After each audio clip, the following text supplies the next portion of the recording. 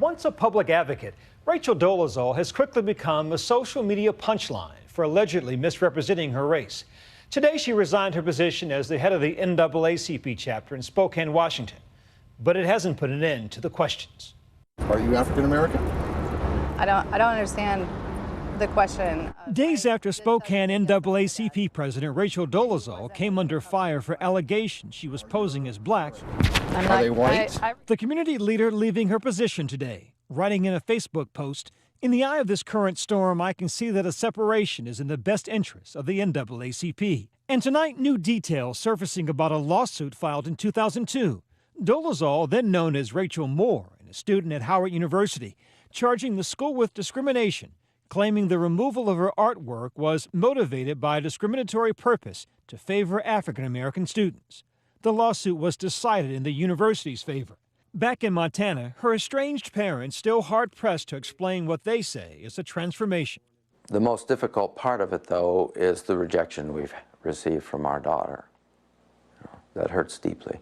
She would have done so much better if she would have just stayed honest and stayed who she was. Her appearance a noticeable change, some pointing to how she styled her hair and the resemblance it had to look popular with many black women.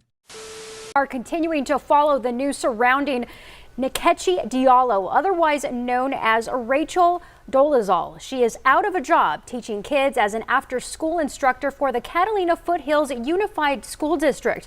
This after an OnlyFans page was discovered with some very explicit content. I recently checked the account where these explicit photos were being posted, and it looks like her popularity is only growing since we broke the story last night. Now, speaking to the district here at the Catalina Foothills, they tell us they only recently found out about these explicit photos, and as of today, they tell us that she's no longer employed by the district. Now, like you just said, she's making national headlines again after our report, and here's a picture of her working with children at the Sunrise Drive Elementary in the Foothills. Now, in a statement, the district says her, quote, posts are contrary to our district's use of social media by district employees policy and her staff ethics policy, end quote.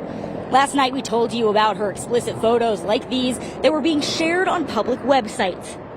Diallo used to be known as Rachel Dolezal. It's still unclear if the school district knew about her controversial past when she was hired. But you may remember KREM 2 has been reporting on Dolezal since 2015, when it was revealed that she lied for years, misrepresenting herself as a black woman and made false claims of hate crimes against herself and the NAACP.